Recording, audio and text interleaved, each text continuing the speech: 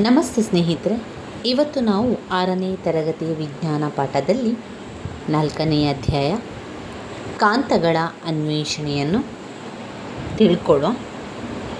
ಮೊದಲಿಗೆ ಒಂದು ಸಣ್ಣ ಕತೆ ಇದೆ ನೋಡಿ. ರೇಷ್ಮಾ ಕೇರಳ ರಾಜ್ಯದ ಕಡಲ ತೀರದ ಪಟ್ಟಣವೊಂದರಲ್ಲಿ ವಾಸಿಸುತ್ತಿದ್ದಾಳೆ. ಅವಳಿಗೆ ಸಣ್ಣ ಕತೆಗಳನ್ನು ಬರೆಯುವುದೆಂದರೆ ತುಂಬ ಇಷ್ಟ. ಅವಳ ಅಜ್ಜಿ ಅವಳು ಬರೆದ ಕತೆಗಳನ್ನು ಬಹಳ ಇಷ್ಟಪಟ್ಟು ಕೇಳುವರು. ಹಾಗಾಗಿ ರೇಷ್ಮಾಳು ತನ್ನ ಅಜ್ಜಿಯ 60ನೆಯ ಹುಟ್ಟುಹಬ್ಬಕ್ಕೆಂದು ಹೊಸ ಕತೆಯೊಂದನ್ನು ಬರೆಯುತ್ತಿದ್ದಾಳೆ. ಆ ಕತೆಯು ಹಿಂದಿನ ಕಾಲದಲ್ಲಿ ಕೇರಳದಿಂದ ಮಸಾಲೆ ಪದಾರ್ಥಗಳನ್ನು ಕೊಂಡೊಯ್ಯುವ ಹಡಗಿನ ಕುರಿತಾಗಿತ್ತು. ಹಿಂದಿನ ಕಾಲದಲ್ಲಿ ನಾವಿಕರು ಸಮುದ್ರಯಾನ ಮಾಡುವಾಗ ರಾತ್ರಿ ಆಕಾಶದ ನಕ್ಷತ್ರಗಳ ನೆರವನ್ನು ಪಡೆಯುತ್ತಿದ್ದರು ಎಂಬುದು ರೇಷ್ಮಾಳಿಗೆ ಗೊತ್ತಿತ್ತು. ಆದರೆ ಅವಳ ಕಥೆಯಲ್ಲಿ ಹಡಗು ಬಿರುಗಾಳಿಗೆ ಸಿಕ್ಕಿ ನಾವಿಕರಿಗೆ ರಾತ್ರಿ ಆಕಾಶ ಮತ್ತು ನಕ್ಷತ್ರಗಳು ಕಣ್ಣಿಗೆ ಗೋಚರಿಸದ ಸನ್ನಿವೇಶವಿರುತ್ತದೆ. ನಾವಿಕರಿಗೆ ದಿಕ್ಕನ್ನು ಸೂಚಿಸುವ ಅನ್ಯ ಮಾರ್ಗ ತಿಳಿಯದ ಕಾರಣ ರೇಷ್ಮಾಳಿಗೆ ಕಥೆಯನ್ನು ಮುಂದುವರಿಸಲಾಗಲಿಲ್ಲ. ಹೆಚ್ಚಿನ ಮಾಹಿತಿಯನ್ನು ಅವಳು ಅಂತರ್ಜಾಲ ಮತ್ತು ತನ್ನ ಶಾಲೆಯ ಗ್ರಂಥಾಲಯದಲ್ಲಿ ಹುಡುಕುತ್ತಾಳೆ. ಆಗ ಅವಳಿಗೆ ನಾವಿಕರು ಸಮುದ್ರಯಾನದ ಸಂದರ್ಭದಲ್ಲಿ ದಿಕ್ಕುಗಳನ್ನು ತಿಳಿಯಲು ಕಾಂತೀಯ ದಿಕ್ಸೂಚಿ ಎಂಬ ಉಪಕರಣವನ್ನು ಬಳಸುತ್ತಿದ್ದುದು ತಿಳಿದುಬರುತ್ತದೆ. ಸಮುದ್ರಯಾನದ ಸಂದರ್ಭದಲ್ಲಿ ದಿಕ್ಕುಗಳನ್ನು ತಿಳಿಯಲು ನಾವಿಕರು ಯಾವ ಉಪಕರಣವನ್ನು ಬಳಸುತ್ತಾರೆ ಎನ್ನುವಂತಹ ಪ್ರಶ್ನೆ ನಮಗೆ ಇಲ್ಲಿ ಸಿಗ್ತದೆ ನೋಡಿ. ಸಮುದ್ರಯಾನದ ಸಂದರ್ಭದಲ್ಲಿ ದಿಕ್ಕುಗಳನ್ನು ತಿಳಿಯಲು ಯಾವ ಉಪಕರಣವನ್ನು ಬಳಸುತ್ತಾರೆ?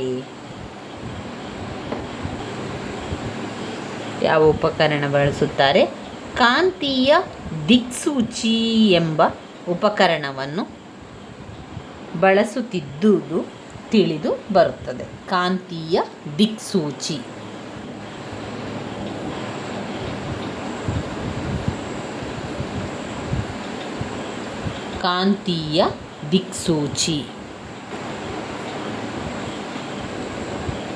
ಕಾಂತೀಯ ದಿಕ್ಸೂಚಿಯನ್ನು ನೋಡಿದರೆ ಅವರಿಗೆ ಯಾವ ಭಾಗಕ್ಕೆ ಹೋಗಬೇಕು, ಯಾವ ಕಡೆಗೆ ಹೋಗಬೇಕು, ದಕ್ಷಿಣದ ಕಡೆಗ, ಉತ್ತರದ ಕಡೆಗ, ಪೂರ್ವದ ಕಡೆಗ, ನಾವೀಗ ಪೂರ್ವದ ಕಡೆ ಇದ್ದೇವೆ, ಪಶ್ಚಿಮದ ಕಡೆಗಿದೆ ಎನ್ನುವಂಥದ್ದನ್ನು ಅದು ನಮಗೆ ತೋರಿಸ್ತದೆ. ಅದು ಕಾಂತೀಯ ದಿಕ್ಸೂಚಿ ಅಂತ ಹೇಳುವಂಥದ್ದು.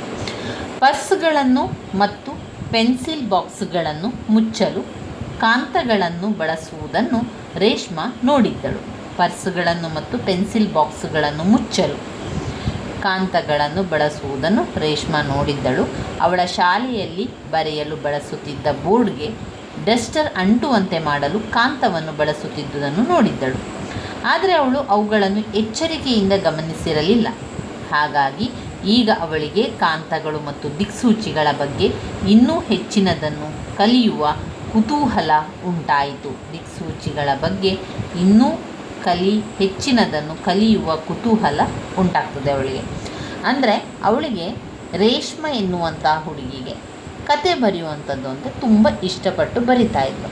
ಅವಳು ಬೇರೆ ಬೇರೆ ಕತೆಗಳನ್ನು ಬರಿತಾ ಇದ್ಳು. ಅದನ್ನು ಅವಳ ಅಜ್ಜಿ ಕೂಡ ಓದ್ತಾ ಇದ್ಳು. ಅಜ್ಜಿ ಕೂಡ ಇಷ್ಟಪಡ್ತಾ ಇದ್ಳು. ಅಜ್ಜಿಗೆ ಬೇರೆ ಬೇರೆ ಕತೆಗಳನ್ನು ಕೊಟ್ಟಾಗ ಅಜ್ಜಿ ತುಂಬಾ ಅವಳಿಗೆ ಪ್ರೋತ್ಸಾಹ ಮಾಡ್ತಾ ಇದ್ಳು. ಅಂಥ ಸಂದರ್ಭದಲ್ಲಿ ಅಜ್ಜಿ 60ನೇ ಬರ್ತ್ಡೇ ಇರ್ತದೆ, ಹುಟ್ಟುಹಬ್ಬ ಇದ್ದಂಥ ಸಂದರ್ಭದಲ್ಲಿ ಅವಳು ಕಥೆಯನ್ನು ಬರೀತಾಳೆ. ಆ ಕತೆ ಹಿಂದಿನ ಕಾಲದಲ್ಲಿ ಒಂದು ಸಾಮಾನು ಪದಾರ್ಥಗಳನ್ನು ಕೊಂಡು ಹೋಗುವಂಥ ಹಡಗಿನ ಬಗ್ಗೆ ಆಗಿತ್ತು. ಕೇರಳದಿಂದ ಮಸಾಲೆ ಪದಾರ್ಥಗಳನ್ನು ಕೊಂಡು ಹೋಗುವಂತಹ ಹಡಗಿನ ಕಥೆಯನ್ನು ಅವಳು ಬರೀತಾಳೆ.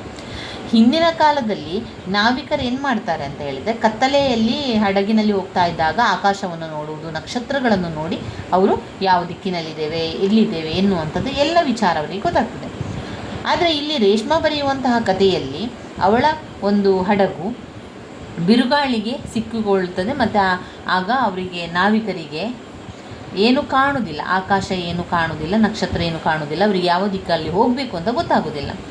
ಬಿರುಗಾಳಿಗೆ ಸಿಕ್ಕಿದಂತಹ ನಾವಿಕರಿಗೆ ರಾತ್ರಿ ಆಕಾಶ ಮತ್ತು ನಕ್ಷತ್ರ ಕಾಣದ ಕಾರಣ ಅವರಿಗೆ ಯಾವ ಕಡೆ ಇದ್ದೇವೆ ಅಂತ ಎನ್ನುವಂಥದ್ದು ಗೊತ್ತಾಗೋದಿಲ್ಲ.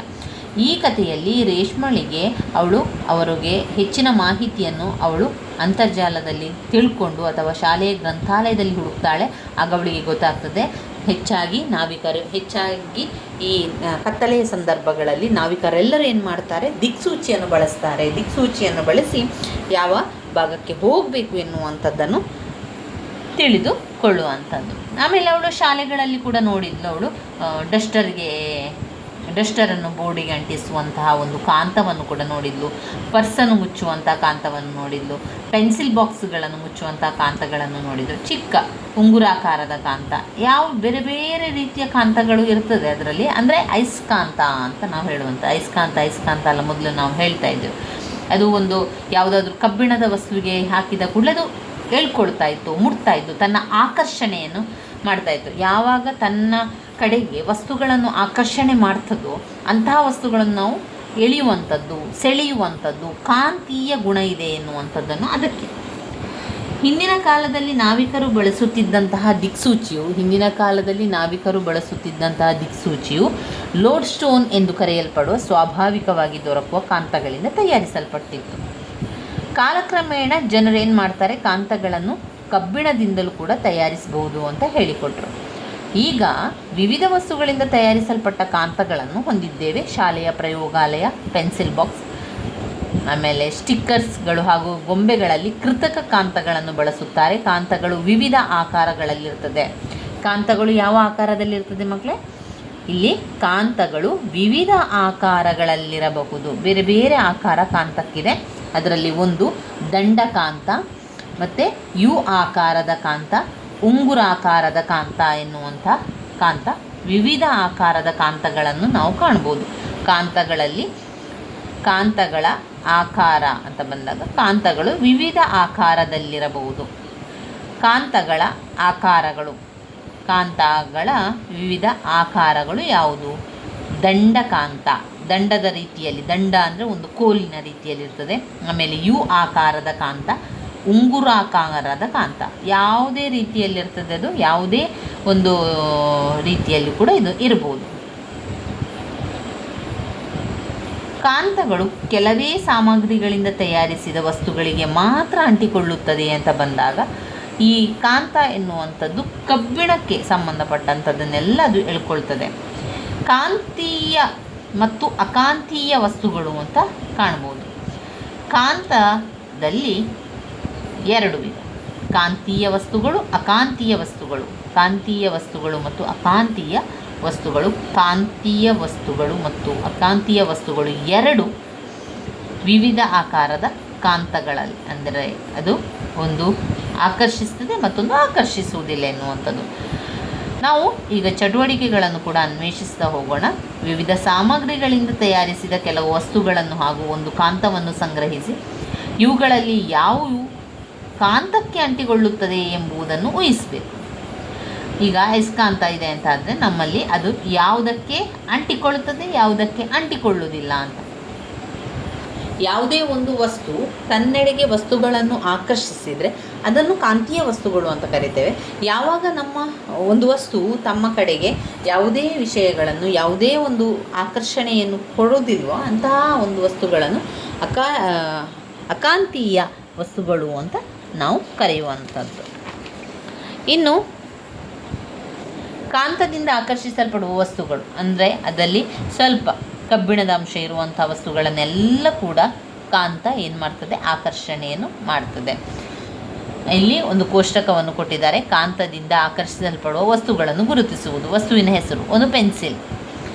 ವಸ್ತು ಮಾಡಲ್ಪಟ್ಟ ಪದಾರ್ಥಗಳು: ಪ್ಲಾಸ್ಟಿಕ್, ಮರ, ಗಾಜು, ಕಬ್ಬಿಣ ಅಥವಾ ಇನ್ಯಾವುದೇ ವಸ್ತುಗಳು ಕಾಂತದಿಂದ ಆಕರ್ಷಿಸಲ್ಪಟ್ಟಿದೆ.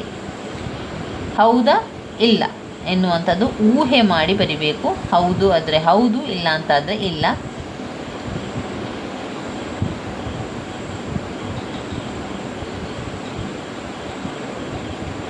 ವಸ್ತುಗಳು ಮಾಡಲ್ಪಟ್ಟಂಥ ಪದಾರ್ಥಗಳು: ಪ್ಲಾಸ್ಟಿಕ್, ಮರ, ಗಾಜು, ಕಬ್ಬಿಣ ಅಥವಾ ಇನ್ಯಾವುದು ವಸ್ತುಗಳು.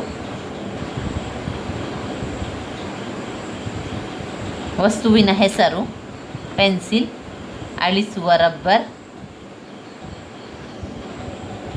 ಈ ರೀತಿಯಾಗಿ ಹೆಸರುಗಳನ್ನು ಬರೀಲಿಕ್ಕೆ ಅಲ್ಲಿ ನಾವು ವಸ್ತುವಿನ ಹೆಸರನ್ನು ಬರಿಬೇಕಾದ್ರೆ, ಆಮೇಲೆ ಅದು ಮರವ, ಪ್ಲಾಸ್ಟಿಕ್ಕ, ಗಾಜ, ಕಬ್ಬಿಣ, ಇನ್ಯಾವುದೇ ವಸ್ತುಗಳನ್ನು ನಾವು ಆ ರೀತಿ ಹಾಕ್ಬೋದು. ವಸ್ತುಗಳನ್ನು ಮಾಡಲ್ಪಟ್ಟ ಪದಾರ್ಥಗಳು ಪ್ಲಾಸ್ಟಿಕ್ ಅಥವಾ ಮರ, ಗಾಜು, ಕಬ್ಬಿಣ ಅಥವಾ ಇನ್ಯಾವುದೇ ವಸ್ತುಗಳು ಅಂತ ಹೇಳುವಂಥ ಕಾಂತದಿಂದ ಆಕರ್ಷಿಸಲ್ಪಟ್ಟಿದೆ. ಹೌದು ಆದರೆ ಹೌದು, ಇಲ್ಲ ಅಂತ ಆದರೆ ಇಲ್ಲ ಅಂತ ಎನ್ನುವಂಥದ್ದು. ಈಗ ನಿಮ್ಮ ಊಹೆ ಎಲ್ಲ ವಸ್ತುಗಳಿಗೆ ಸರಿಯಾಗಿದೆಯೇ, ಕಾಂತಕ್ಕೆ ಯಾವ ವಸ್ತುಗಳು ಅಂಟಿಕೊಂಡವು ಅಂತ ನಾವು ತೀರ್ಮಾನಕ್ಕೆ ಬರುವಂಥದ್ದು. ಕಾಂತದ ಎಲ್ಲ ಭಾಗವು ಕಾಂತೀಯ ವಸ್ತುಗಳನ್ನು ಸಮಾನವಾಗಿ ಆಕರ್ಷಿಸುತ್ತದೆ. ಕಾಂತವು ಕೆಲವೊಂದು ವಸ್ತುಗಳನ್ನು ಮಾತ್ರ ಆಕರ್ಷಿಸುತ್ತದೆ ಮತ್ತು ಕೆಲವು ಆಕರ್ಷಿಸುವುದಿಲ್ಲ ಎಂಬುದನ್ನು ನಮಗೆ ಅಲ್ಲಿ ಪಟ್ಟಿ ಮಾಡಿದಾಗ ನಮಗೆ ಗೊತ್ತಾಗ್ತದೆ. ಕೆಲವು ಆಕರ್ಷಣೆ ಮಾಡ್ತದೆ, ಕೆಲವು ಆಕರ್ಷಣೆ ಮಾಡೋದಿಲ್ಲ. ಅಂದರೆ ಕಾಂತದಿಂದ ಆಕರ್ಷಿಸಲ್ಪಡುವ ವಸ್ತುಗಳನ್ನು ಕಾಂತೀಯ ವಸ್ತುಗಳು ಅಂತ ಕರೆಯುವಂಥದ್ದು. ಈಗ ನಮ್ಮಲ್ಲಿ ಒಂದು ಅಯಸ್ಕಾಂತ ಇದೆ ಅಂತ ತಿಳ್ಕೊಳ್ಳುವ. ನಾವೇನು ಮಾಡ್ತೇವೆ, ಕಬ್ಬಿಣಕ್ಕೆ ಸಂಬಂಧಪಟ್ಟಂಥ ವಸ್ತುಗಳ ಹತ್ರ ಎಲ್ಲ ಹೋದಾಗ ಅದು ಆಕರ್ಷಣೆ ಆಗ್ತದೆ. ಕಾಂತೀಯ ವಸ್ತುಗಳು ಅಂತ ಅಂದರೆ ಏನು? ಕಾಂತದಿಂದ ಆಕರ್ಷಿಸಲ್ಪಟ್ಟಂತಹ ವಸ್ತುಗಳನ್ನು ಕಾಂತೀಯ ವಸ್ತುಗಳು ಅಂತ ಕರಿತೇವೆ. ಕಬ್ಬಿಣವು ಒಂದು ಕಾಂತೀಯ ವಸ್ತು. ನಿಕ್ಕಲ್ ಮತ್ತು ಕೋಬಾಲ್ಟ್ಗಳು ಸಹ ಕಾಂತೀಯ ವಸ್ತುಗಳು. ಅಷ್ಟೇ ಅಲ್ಲದೆ ಇವುಗಳನ್ನು ಇತರೆ ಲೋಹದೊಂದಿಗೆ ಸೇರಿಸಿ ಮಾಡಿದ ವಸ್ತುಗಳು ಸಹ ಕಾಂತದೆಡೆಗೆ ಆಕರ್ಷಿಸಲ್ಪಡುತ್ತದೆ. ಕಾಂತದಿಂದ ಆಕರ್ಷಿಸಲ್ಪಡುವ ವಸ್ತುಗಳನ್ನು ಅಕಾಂತೀಯ ವಸ್ತುಗಳು ಅಂತ ಕೂಡ ಕರಿತೇವೆ. ಆಕರ್ಷಿಸಲ್ಪಡದ ವಸ್ತುಗಳನ್ನು ಅಕಾಂತೀಯ, ಆಕರ್ಷಿಸಲ್ಪಡುವಂತಹ ವಸ್ತುಗಳು ಕಾಂತೀಯ. ಇನ್ನು ಕಾಂತದ ಧ್ರುವಗಳು, ಅವುಗಳನ್ನು ತಿಳ್ಕೊಳ್ಳುವ.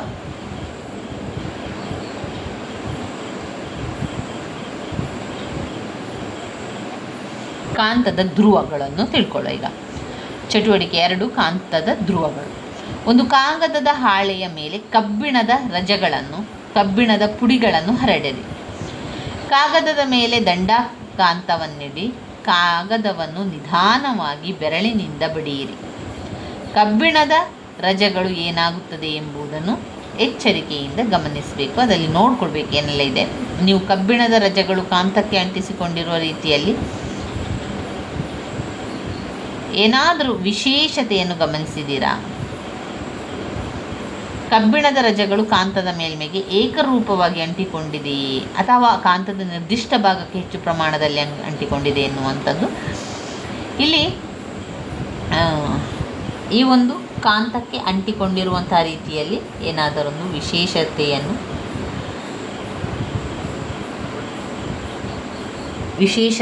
ಗಮನಿಸಿದ್ದೀರಾ ಎನ್ನುವಂಥದ್ದು. ಕಬ್ಬಿಣದ ರಜಗಳು ಕಾಂತದ ಮೇಲ್ಮೆಗೆ ಏಕರೂಪವಾಗಿ ಅಂಟಿಕೊಂಡಿದೆಯೇ ಅಥವಾ ಕಾಂತದ ನಿರ್ದಿಷ್ಟ ಭಾಗಕ್ಕೆ ಹೆಚ್ಚು ಪ್ರಮಾಣದಲ್ಲಿ ಅಂಟಿಕೊಂಡಿದೆ ಎನ್ನುವಂಥದ್ದನ್ನು ತಿಳ್ಕೊಳ್ಳುವಂಥದ್ದು. ಇದೇ ಚಟುವಟಿಕೆಯನ್ನು ಬೇರೆ ಆಕಾರದ ಕಾಂತ ಬಳಸಿ ಮಾಡಿದಲ್ಲಿ ಇದೇ ರೀತಿಯ ಫಲಿತಾಂಶ ಸಿಗುವಂಥದ್ದನ್ನು ನಾವು ಕಾಣಬಹುದು. ದಂಡಕಾಂತಕ್ಕೆ ಅಂಟಿಕೊಂಡಿರುವ ಕಬ್ಬಿಣದ ಪುಡಿ ಅದು ನೇರವಾಗಿ ಆಕರ್ಷಣೆ ಆಗ್ತಾನೆ ಹೋಗ್ತದೆ. ಕಾಂತದ ಈ ತುದಿಗಳನ್ನು ಕಾಂತದ 2 ಧ್ರುವಗಳೆನ್ನುವರು. ಕಾಂತದ 2 ಧ್ರುವಗಳೆಂದರೇನು? ಕಾಂತದ ತುದಿಗಳನ್ನು ಧ್ರುವಗಳೆನ್ನುವರು. ಒಂದು ಧ್ರುವನ್ನು ಮಾತ್ರ ಹೊಂದಿರುವ ಕಾಂತ ಇರಬಹುದೇ?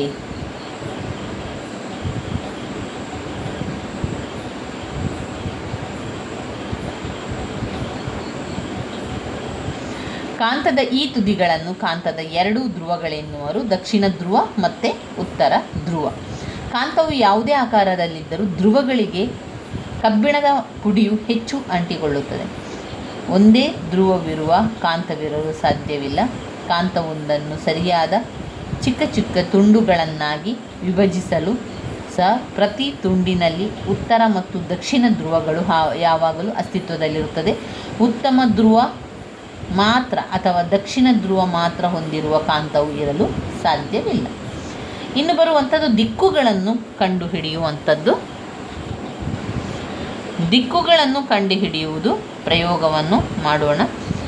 ಇಲ್ಲಿ ತೋರಿಸುವಂತೆ ಒಂದು ದಂಡಕಾಂತದ ಮಧ್ಯಭಾಗಕ್ಕೆ ದಾರವನ್ನು ಕಟ್ಟಿ ಸ್ವತಂತ್ರವಾಗಿ ತೂಗುಬಿಡಿ. ದ್ವಾರವನ್ನು ಹೊಂದಿಸಿರುವುದರ ಮೂಲಕ ಕಾಂತವು ನೆಲದೊಂದಿಗೆ ಸಮಾಂತರವಾಗಿ ಸಮತೋಲನದಲ್ಲಿ ಇರುವಂತೆ ನೋಡಿಕೊಳ್ಳಿ.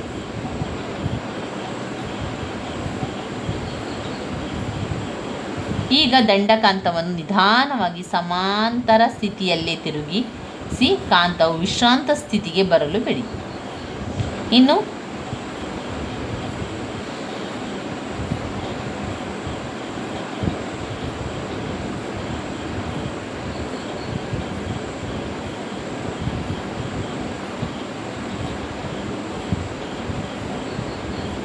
ಈಗ ದಂಡಕಾಂತವನ್ನು ನಿಧಾನವಾಗಿ ಸಮಾಂತರ ಸ್ಥಿತಿಯಲ್ಲಿ ತಿರುಗಿಸಿ ಕಾಂತವು ವಿಶ್ರಾಂತ ಸ್ಥಿತಿಗೆ ಬರಲು ಬಿಡಿ.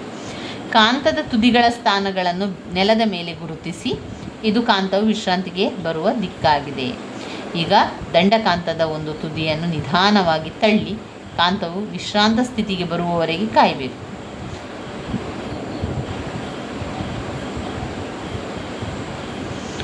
ಕಾಂತವು ಮೊದಲಿನಂತೆ ವಿಶ್ರಾಂತ ಸ್ಥಿತಿಗೆ ಬರುವಂಥದ್ದು. ಇಲ್ಲಿ ಕಾಂತವು ವಿಶ್ರಾಂತ ಸ್ಥಿತಿಗೆ ಬರುವ ಗೆರೆಯು ಯಾವ ದಿಕ್ಕನ್ನು ತೋರಿಸುತ್ತದೆ ಮತ್ತು ಅದನ್ನು ನಾವು ಹೇಗೆ ಪತ್ತೆ ಮಾಡಬಹುದು?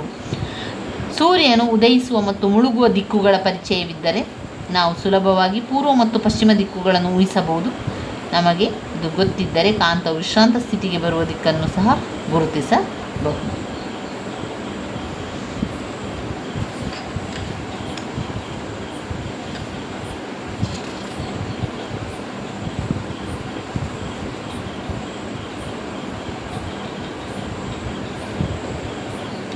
ಸ್ವತಂತ್ರವಾಗಿ ತೂಗು ಬಿಟ್ಟ ಕಾಂತವು ಉತ್ತರ ದಕ್ಷಿಣ ದಿಕ್ಕಿನಲ್ಲಿ ವಿಶ್ರಾಂತ ದಿಕ್ಕಿಗೆ ಬರುತ್ತದೆ.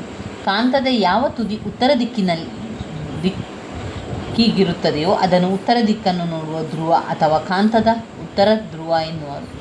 ಕಾಂತದ ಯಾವ ತುದಿ ದಕ್ಷಿಣ ದಿಕ್ಕಿನಲ್ಲಿರುತ್ತದೆಯೋ ಅದನ್ನು ದಕ್ಷಿಣ ದಿಕ್ಕನ್ನು ನೋಡುವ ಧ್ರುವ ಅಥವಾ ಕಾಂತದ ದಕ್ಷಿಣ ಧ್ರುವ ಎನ್ನುವರು. ಸ್ವತಂತ್ರವಾಗಿ ತೂಗು ಬಿಟ್ಟ ಕಾಂತ ಯಾವಾಗಲೂ ಉತ್ತರ ದಕ್ಷಿಣ ದಿಕ್ಕಿನಲ್ಲಿ ವಿಶ್ರಾಂತ ಸ್ಥಿತಿಗೆ ಬರಲು ಕಾರಣ ಭೂಮಿಯು ಸಹ ಒಂದು ಬೃಹತ್ ಕಾಂತದಂತೆ ವರ್ತಿಸುತ್ತದೆ. ಇದೇ ಚಟುವಟಿಕೆಯನ್ನು ದಂಡಕಾಂತದ ಬದಲಿಗೆ ಅದೇ ಆಕಾರದ ಸಣ್ಣ ಕಬ್ಬಿಣದ ತುಂಡಿನೊಂದಿಗೆ ಪುನರಾವರ್ತಿಸುವಂಥದ್ದು. ನೀವು ಏನನ್ನು ಗಮನಿಸಿದ್ದೀರಿ, ಏನನ್ನು ತಿಳ್ಕೊಂಡಿದ್ದೀರಿ? ಉತ್ತರ ಧ್ರುವ ದಕ್ಷಿಣ ದಿಕ್ಕಿನಲ್ಲಿ ವಿಶ್ರಾಂತಿಗೆ ಬರುವುದೇ, ಯಾವ ದಿಕ್ಕಿನಲ್ಲಾದರೂ ವಿಶ್ರಾಂತ ಸ್ಥಿತಿಗೆ ಬರುವಂಥದ್ದು. ಇದರಿಂದ ಕೇವಲ ಕಾಂತ ಮಾತ್ರ ಸದಾ ಉತ್ತರ ದಕ್ಷಿಣ ದಿಕ್ಕಿನಲ್ಲಿ ವಿಶ್ರಾಂತಿ ಸ್ಥಿತಿಗೆ ಬರುತ್ತದೆ ಎಂದು ನಮಗೆ ತಿಳಿದು ಬರುತ್ತದೆ. ಈ ಚಟುವಟಿಕೆಯು ಒಂದು ಲೋಹದ ತುಂಡು ಕಾಂತವೇ ಅಥವಾ ಇಲ್ಲವೇ ಎಂಬುದನ್ನು ಪರೀಕ್ಷಿಸಲು ನಮಗೆ ಒಂದು ಮಾರ್ಗವನ್ನು ಒದಗಿಸುತ್ತದೆ.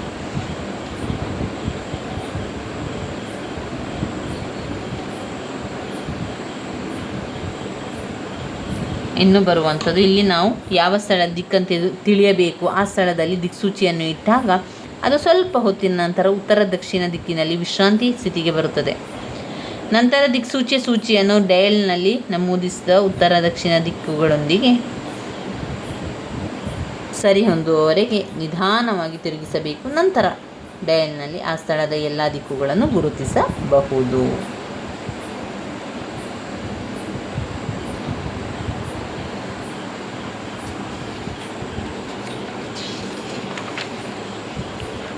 ಇಲ್ಲಿ ಚಟುವಟಿಕೆ 4.4 ನಾವೀಗ ತಯಾರಿಸೋಣ.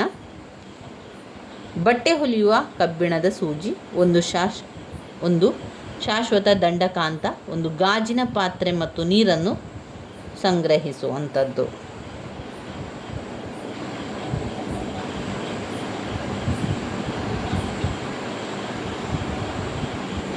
ಇನ್ನು ಬೇರೆ ಬೇರೆ ರೀತಿಯ ಕಾಂತಗಳ ನಡುವೆ ಆಕರ್ಷಣೆ ಇದೆ, ಕಾಂತಗಳ ನಡುವೆ ವಿಕರ್ಷಣೆ ಇರುವಂಥದ್ದು. ಈ ಎಲ್ಲ ವಿಚಾರಗಳನ್ನು ನಾವು ಮುಂದಿನ ವಿಡಿಯೋದಲ್ಲಿ ತಿಳ್ಕೊಳ್ಳುವ ಸ್ನೇಹಿತರೆ. ನನ್ನ ವಿಡಿಯೋಸ್ ಎಲ್ಲ ನಿಮಗೆ ಇಷ್ಟ ಆಗಿದ್ದರೆ ಲೈಕ್ ಕೊಡಿ, ಶೇರ್ ಮಾಡಿ, ಸಬ್ಸ್ಕ್ರೈಬ್ ಮಾಡಲಿಕ್ಕೆ ಮರಿಬೇಡಿ. ಇಲ್ಲಿ ನಾವು ಒಂದು ರಬ್ಬರ್ ಕಾರ್ಕ್, ಬಟ್ಟೆ ಹೊಲಿಯುವ ಕಬ್ಬಿಣದ ಸೂಚಿ, ಒಂದು ಶಾಶ್ವತ ದಂಡಕಾಂತ, ಒಂದು ಗಾಜಿನ ಪಾತ್ರೆ ಮತ್ತು ನೀರನ್ನು ಸಂಗ್ರಹಿಸಿ ಸೂಜಿಯನ್ನು ಮರದ ಮೇಲಿಡಿ ನಂತರ ಸೂಜಿಯ ಒಂದು ತುದಿಯಲ್ಲಿ ದಂಡಕಾಂತದ ಯಾವುದಾದರೂ ಒಂದು ಧ್ರುವನ್ನು ಇರಿಸಿ ತೋರಿಸುವಂತೆ ಸೂಜಿಯ ಉದ್ದಕ್ಕೂ ದಂಡಕಾಂತವನ್ನು ಉಜ್ಜಿ ಸೂಜಿಯ ಇನ್ನೊಂದು ತುದಿಯನ್ನು ತಲುಪಿದಾಗ ಅದನ್ನು ಮೇಲಕ್ಕೆತ್ತಿ ಮತ್ತೆ ದಂಡಕಾಂತದ ಅದೇ ತುದಿಯನ್ನು ಸೂಜಿಯ ಮೇಲೆ ಮೊದಲು ಎಲ್ಲಿಂದ ಉಜ್ಜಲು ಪ್ರಾರಂಭಿಸಿದಿರೋ ಅಲ್ಲಿಂದಲೇ ಉಜ್ಜಿ ಹಿಂದಿನ ಹಂತವನ್ನು 30 ರಿಂದ 40 ಪುನರಾವರ್ತಿಸುವಂಥದ್ದು 30-40 ದಾರಿಯಲ್ಲಿ. ಅಂದರೆ ಈಗ ಸ್ವಲ್ಪ ಕಬ್ಬಿಣದ ಪುಡಿ ಅಥವಾ ಸ್ಟೀಲ್ ಪಿನ್ನುಗಳನ್ನು ಸೂಜಿಯ ಬಳಿ ತನ್ನಿ. ಈ ಪಿನ್ನುಗಳು ಅಥವಾ ಕಬ್ಬಿಣದ ರಜವು ಸೂಜಿಗೆ ಅಂಟಿಕೊಂಡ್ರೆ ಸೂಜಿಯು ಕಾಂತವಾಗಿ ಬದಲಾಗಿದೆ ಎಂದರ್ಥ.